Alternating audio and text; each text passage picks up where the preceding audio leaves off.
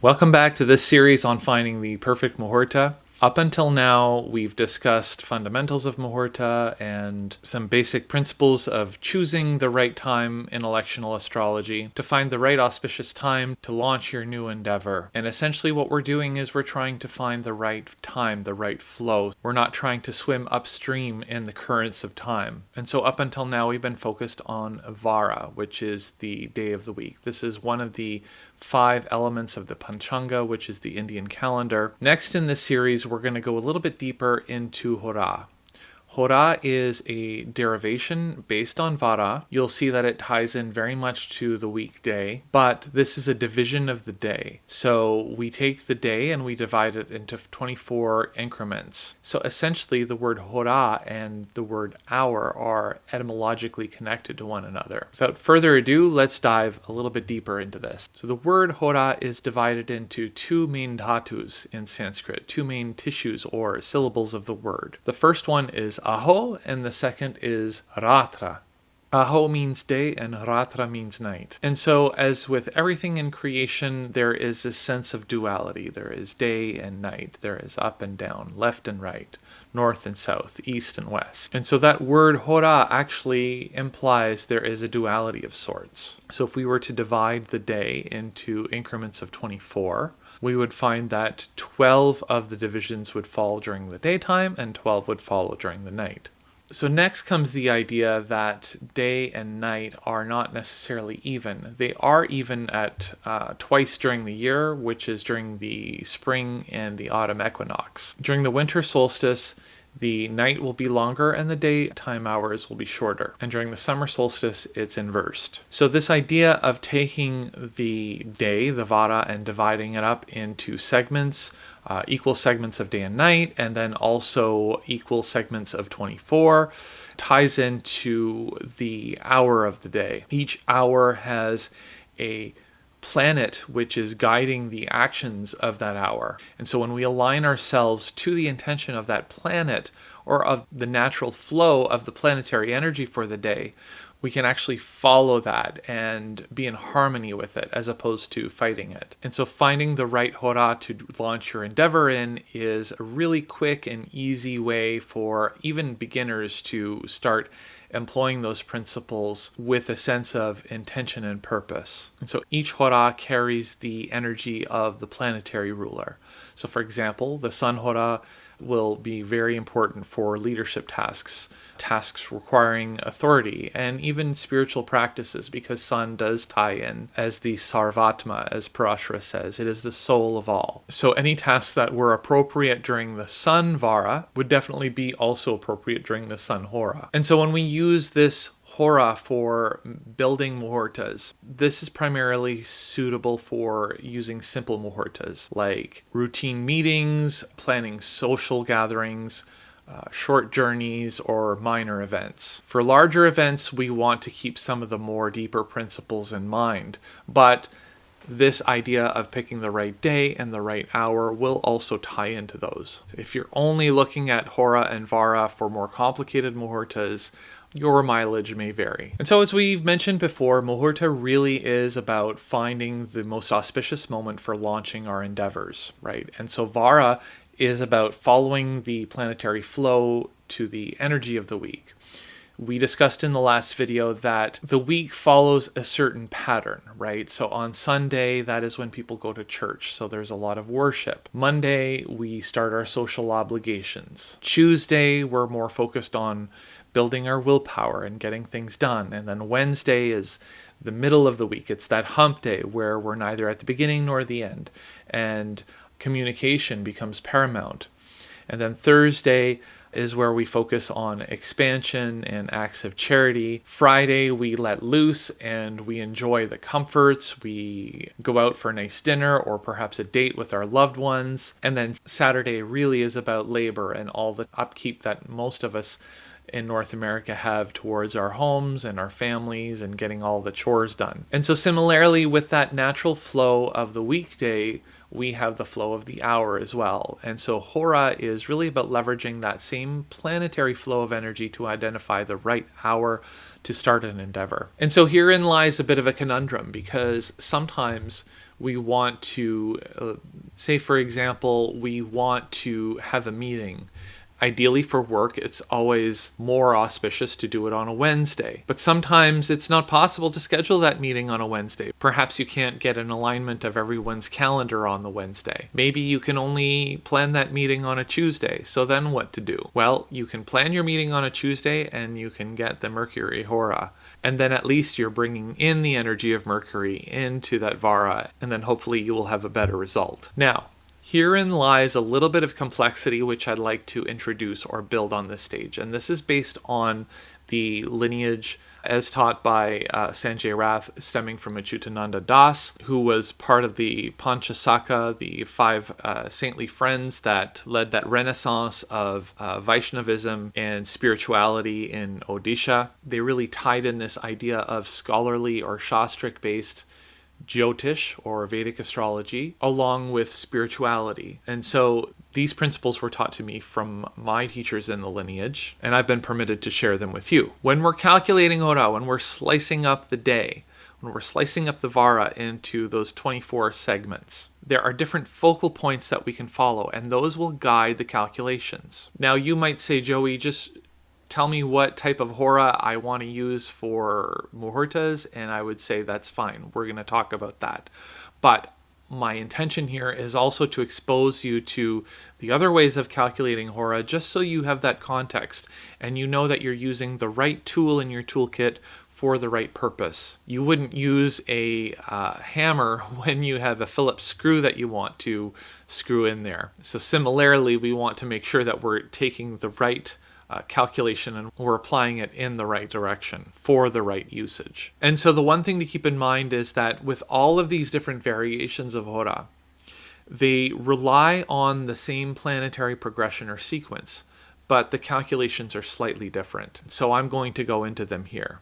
The 4 main ways of calculating Hora, as I've been taught. There is Kālahorā, and Kālahorā is the default Hora that you're going to see primarily in all of the different Vedic astrology commercial softwares that are available today. When you look at the Panchanga section of the actual chart and you see Hora, unless it's disclosed otherwise, most of the time we're talking about Kālahorā. And this applies primarily when we're doing natal horoscopy or Jataka astrology. And the key thing to keep in mind here is that Kālahorā attaches itself to sunrise, and then from there the day gets calculated into 24 equal parts. And then when it hits the next Vara, it starts the next Vara, and then it continues from there. But again, these divisions are all equal. Irrespective of day or night, when sun sets, it doesn't matter.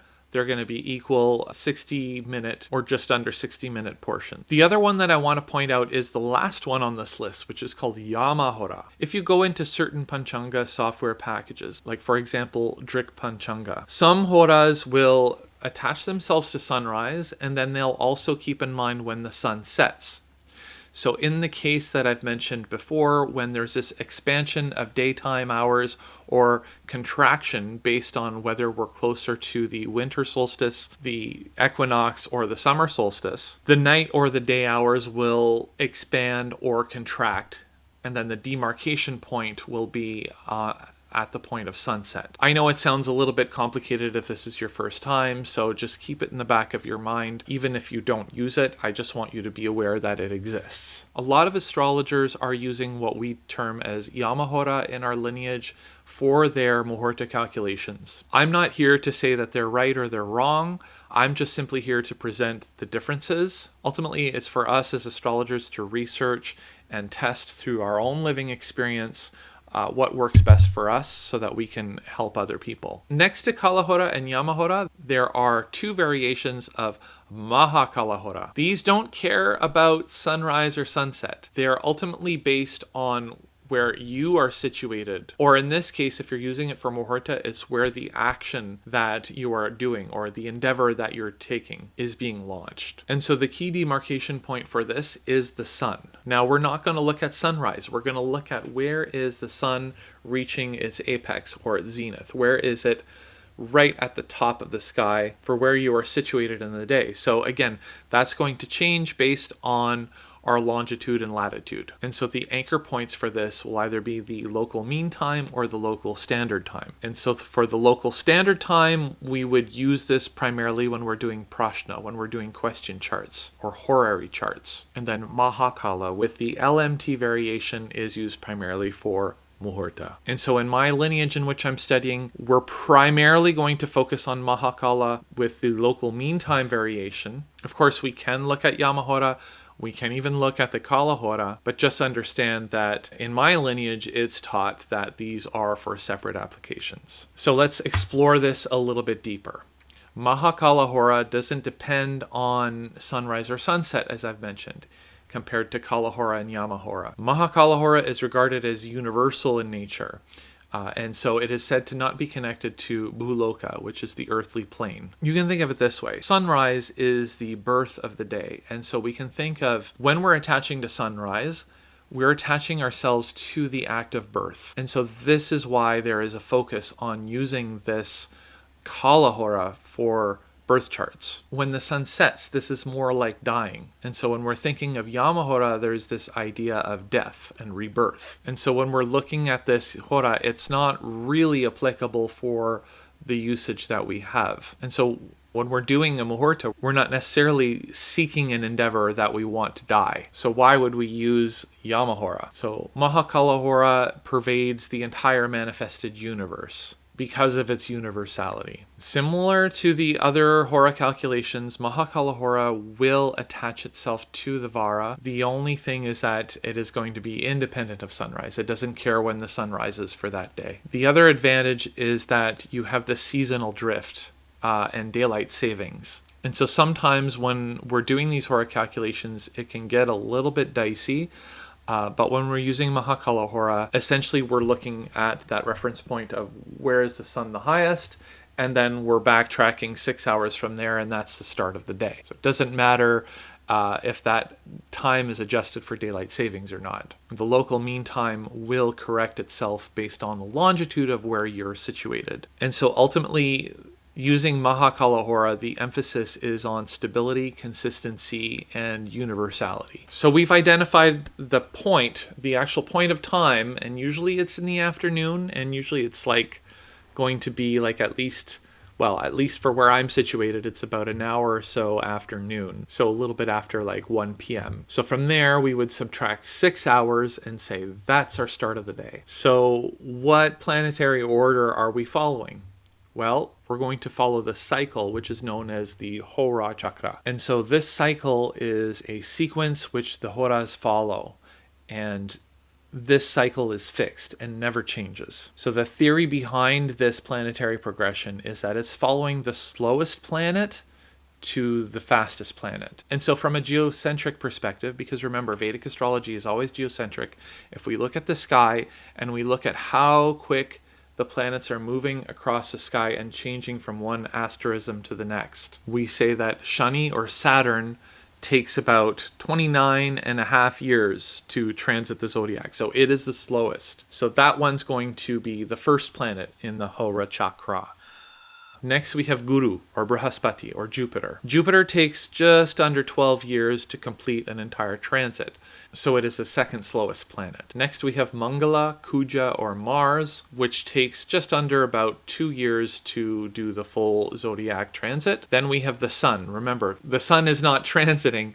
However, from a geocentric perspective, it is moving across the sky. And of course, it takes exactly 1 year to transit the full zodiac. Next, we have Shukra or Venus, which takes 224.7 days to complete that transit. And following that, we have Buddha or Mercury, which takes 88 days. And then lastly, we have the Moon or Chandra, which takes a full month to transit the zodiac. And so keep in mind that the Vara will kick off the first hour of the day. For example, if it's Sunday, Sun will start. Then which Hora will happen next? Well, what is right below the Sun? We have Venus. Then what is next to Venus? We have Mercury. And then what is next to Mercury? We have Moon. Then what is next to the Moon? Well, it's a cycle, so we have to jump back.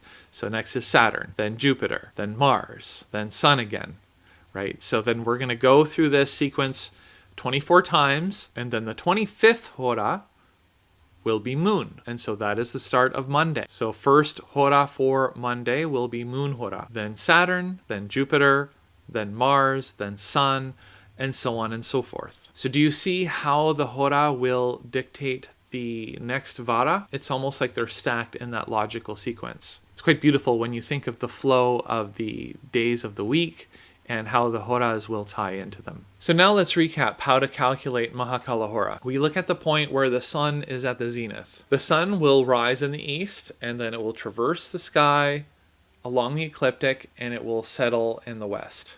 Then it goes under, and then it rises again, right? So every day the sun is being born, the sun is dying, going underneath is invisible, then it comes back. But where we're really interested in is, where is the sun at the zenith? Where is it at its peak? This is going to be local noon time. The local mean time is calculated by adjusting the clock according to the exact longitude, so that 12 noon LMT is the average time that the sun crosses the midheaven throughout the year. So I have here an example of Toronto and that time adjustment with the Greenwich time. And so once we've anchored, what point is the sun at its zenith? You want to subtract exactly 6 hours from that, which equates to 360 minutes. And then that is your demarcation point for the first Hora. And so again, if it's Sunday, we start with Sun Hora.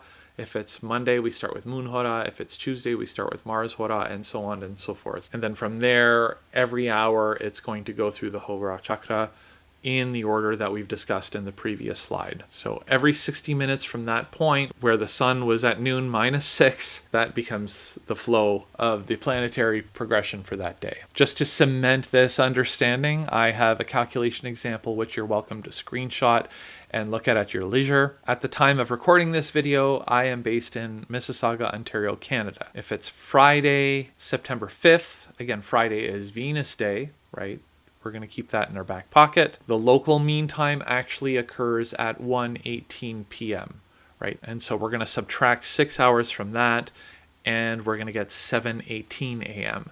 That is the start of Venus Hora. So then going through the chakra, the next Hora 1 hour later at 8:18 a.m. will be Mercury until 9:18, then it'll be Moon, then it'll be Saturn, and so on and so forth. So then we're going to continue following the Hora chakra for that day, and then reset once we hit the next day with the next Vara. And if you did the math, it should come to Saturn, which will kick off Saturday. Now that we know how to calculate Mahākāla Horā, how do we use it in Muhūrta? So if you understood how to use it for finding the right day for your activity, this is just a natural extension of that, and it is the same governing principle. First and foremost, we want to clarify, what type of event are we trying to plan a Muhūrta for? Is it a complex negotiation? Is it something involving romance or potentially even marriage or travel of some sort? The next step is to identify all of the Mahākāla Horas and their progression for that day. And this is applicable for the geographic situation where the endeavor is happening. And then lastly, we want to match the event to the right Hora. And so this list, you've probably seen it before from the previous presentation. This comes from Varahamihira. And so sun is best suited for spiritual activities, healing, artistic tasks, and resolving conflicts. Moon Hora is good for water-related activities, food, women, and caregiving. Mars is for fire, weapons, leadership, and intense tasks. Mercury is more for communication, analysis, and intellectual pursuits. Jupiter is more for growth, expansion, and charitable work. Venus Hora is ideal for social interactions, pleasure, and beauty. And Saturn Hora governs responsibilities, overcoming obstacles, and hard work. Now, if you've stayed with me so far in this video series, you've learned how to pick the right Vara, and now you've learned to pick the right Hora. Here are some overall governing rules that apply generally for all Muhūrta selection. For Vara, we want to favor the days of natural benefics. Now remember, the natural benefics are Moon, Mercury, Jupiter, and Venus. And so for all Shubha, or auspicious endeavors, we want to try to pick Shubha Grahas. Now again, this is just general. So we want to favor Monday, Wednesday, Thursday, and Friday. But keep in mind, these are general guidelines. Now for Hora, we want to use Mahākāla Horā using local mean time to further refine the timing in situations, especially where the Vata can't be prioritized. For example, perhaps you do want to have some type of pleasurable interaction with someone, which would normally happen on a Friday. But you can't do it on a Friday, it has to be done on a Saturday or maybe even a Sunday. So when is the best time to do it?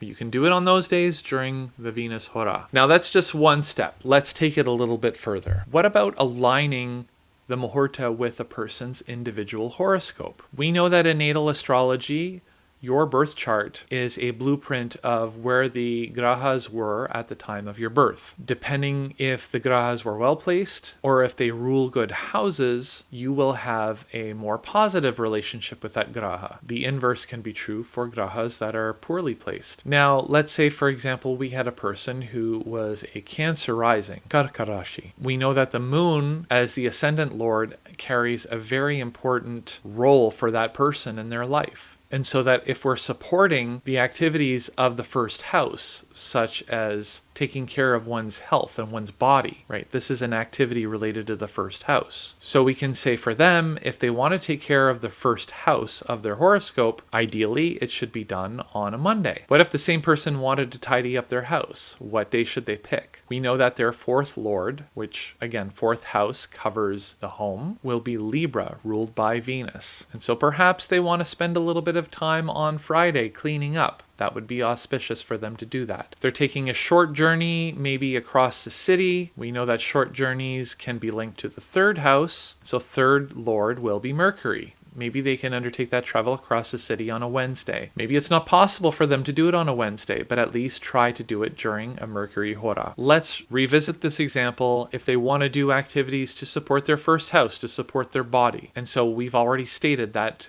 Monday is the ideal day, or a moon hora is the ideal hour. Let's say for whatever reason, they're not able to do it on a Monday. So then we can borrow from the sign of exaltation to say, where is the moon capable of giving its fullest result? And so those of you who have studied astrology and basic planetary dignity will know moon is exalted in the sign of Taurus. Who rules Taurus? Of course, if you answered Venus, you answered correctly. So then we could take Venus Day to support their health. Hopefully this is clear. We'll do an example, but before we do that, I wanted to review the exaltation signs. Again, this is something that in studying Vedic astrology, you probably have already encountered this, or you should at least have some level of familiarity with. In an ideal situation, a Jyotishi will have this committed to memory. But I'm just adding this table here just in case you don't have it or you don't have it fully memorized. So we know that the sun is exalted in Aries, in Mesha Rashi. Mesha is ruled by Mars, and therefore Tuesday is the exaltation day for that planet. Moon, we've already covered, is Venus. Mars is exalted in Capricorn, therefore Saturn can lend its strength. Mercury is exalted in Virgo. So Mercury is the only exception where the exaltation day is the same as the regular weekday. Jupiter is exalted in Cancer, so Monday would be supporting Jupiter. Venus is exalted in Pisces, so Jupiter or Thursday would help. And then we know that Saturn is exalted in Libra, so Venus would also help. So this idea of exaltation support, where you're not able to pick the regular planet, this can be used for both Vata selection and Hora selection. There's a little bit to digest here, so if you don't get it on the first pass, that's fine. Take some notes and then come back and rewatch, and hopefully this becomes a little bit clearer as we go further. Now let's do a case study. You are Bill Gates' astrologer.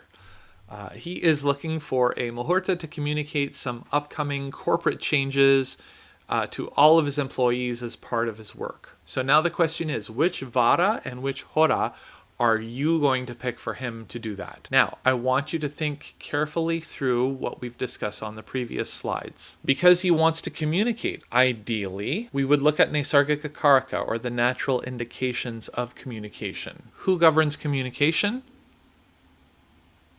Of course, it's Mercury. I can't hear you guys saying Mercury, but I'm just imagining you guys saying Mercury as I'm asking these questions. And so if you said that he should plan to communicate on a Wednesday during Mercury Hora, I say bravo. You've understood everything 100%. Now let's take this a little bit deeper. Let's say that either Wednesday or Mercury Hora is off the table. It's not an option. I want you to find the right Vara and the right Hora based on his individual horoscope. So is this communication related to his career? He is a Cancer rising. He's Karka Lagna. So where is his 10th house? His 10th house is in Aries. Who lords Aries?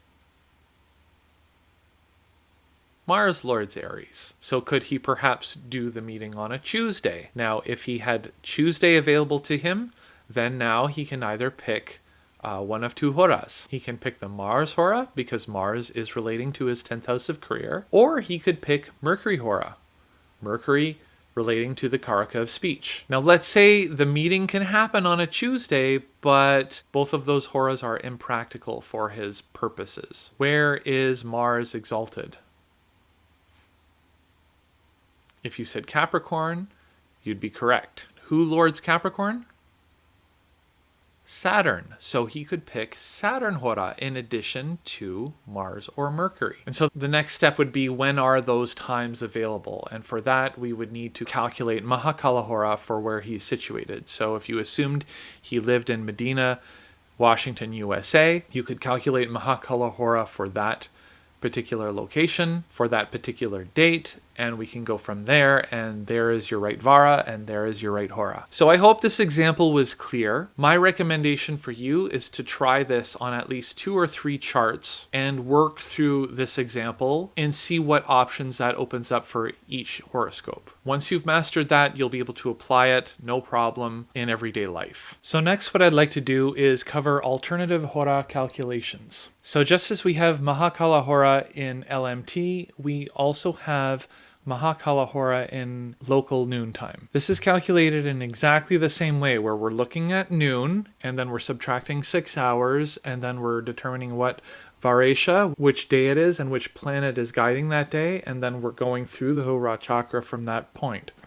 The only difference between these two Mahākāla Horas is one will use the LMT and the other one will use local standard time. Now, when we're doing Muhūrta, we don't really care about this. It's just good to know that there are different calculations and keep this one in your back pocket. I'd like you to just put a pin into the idea that this is used for prashna. This is used for question and answering using astrological transits. Next, as I previously mentioned, we have Kālahorā. So Kālahorā is what most Vedic astrology software packages are currently showing. This is where we look at sunrise, and that moment of sunrise is the demarcation point to the start of the day. So this calculation follows the sun. Then at that point, basically every hour from sunrise is a new Hora, and it is progressed through the Hora chakra. So the first Hora of the day will be the same as the Vara, or the Varesha, I should say, which is the planetary ruler of the day, and then we're going through Hora Chakra. And it's important to note that all of the Horas for the day are equal, irrespective of daytime or nighttime hours. We're not concerned about sunset. And so because we're looking at the sunrise, we're looking at the birth of the day. So this is tied to our birth charts. Astrologers who look at the Panchanga of the moment of birth, particularly for any type of flaws or doshas, will analyze the Vara Lord for the day, which is the planet that you were born on. There are specific uses for that, but again, it's not something that we're interested in when we're doing Muhūrta. I just want you to have an awareness that there is a separate calculation, and I want you to know the difference between the two. Next, we have something called Yamahora. Yamahora is something that ties to the sunrise, but it also ties to the sunset. So the sunrise shows birth, and then sunset shows death. So what happens is that when daytime is longer, the horas are going to be longer during the day, and they're going to be compressed at night. And then in certain parts of the world where during winter the evening hours are longer, then the evening horas are going to be longer as well, and the daytime horas become compressed. When you're looking at almanacs and they state the Hora, specifically I'm thinking of Vedic Panchanga, although there's others floating around out there. A lot of them are doing this compression or expansion based on available daylight hours. Some astrologers use this for their Hora calculations. It's not something that I've been taught to use, so I'm providing it here, and my suggestion is for you to experiment using Mahākāla Horā and using Yama Horā and seeing what gives you a better result. But I should state, for those that are studying as part of the lineage of Achyutananda Das, as propagated through Sanjay Rath, this is not something that is generally used. So again, just recapping everything and tying it all together, our lineage prefers Mahākāla Horā for hourly muhurtas for the specific reasons I've already stated. I've tried using them and I've had good results. Because I want you to all become amazing Jyotishis and be very technically competent, I want you to learn all of the different methods of calculation and knowing when to take the right tool for the right application out of your Jyotish toolkit. And again, Jyotish is a living science. Science implies there's some degree of experimentation. And so I urge you to experiment. So final thoughts and takeaways overall.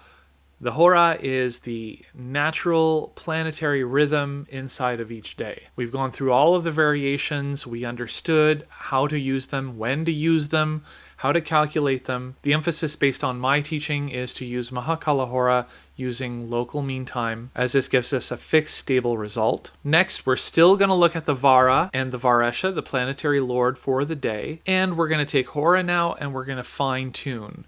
And in cases where we can't use the Vara, we're definitely going to use the Hora to try to chime into the right hour. In an ideal setting, we're using both. And then we can tailor them to individual horoscopes, as with the example we did for Bill Gates. So I hope you found this informative. Thank you so much for watching. Next, we're going to dive into using specific Vedic astrology software packages. We're going to do some very high-level rudimentary muhurtas. I'm going to teach you how to figure that out, and I'm going to give you some extra little hints and tips. So stay tuned, and thanks for watching.